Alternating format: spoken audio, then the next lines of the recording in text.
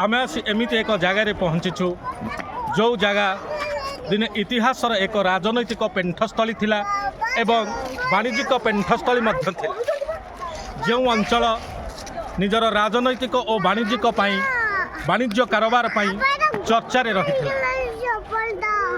एवं से भली एक दुर्गरे आम आसिक पहुँचीचु जो दुर्ग को कहा जाए मेषपालक मानकर दुर्ग एवं ए दुर्गर विशेषत्व होउछि ए दुर्गर इम्पोर्टान्स होउछि ध्वनि प्रणाली। दुर्ग मध्य प्रवेश करने जो द्वार रही मुख्य द्वार रे ध्वनि द्वारा मेसेज पहुँची थाए सम्राट निकट में शत्रु मान कबलू रक्षा पाइबापी सजाग हो जाती राजा माने बा राजा मानकर सैन्य माने एवं यही एक दुर्ग जो अंचल हीरा कारबार होता है इतिहास कही था एवं प्रथम करी काकटीय वंशर राजा माने बा शासक माने यहाकू कादुअरे निर्माण करथिले एवं यहाकू मड पोर्ट बोली मध्य कहा जाए।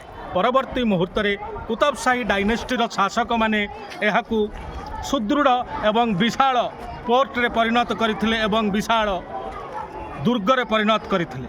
ताहले मोर प्रश्न रहिला फ्रेंड्स ए अंचल ए दुर्गर नाम कौन एवं ए अंचलर नाम कौन एवं भारत वर्षर या क्यों डायरेक्शन ले अवस्थित ईस्टर्न डायरेक्शन और वेस्टर्न डायरेक्शन नॉर्थ और साउथ से पर्यंत रहिली। धन्यवाद।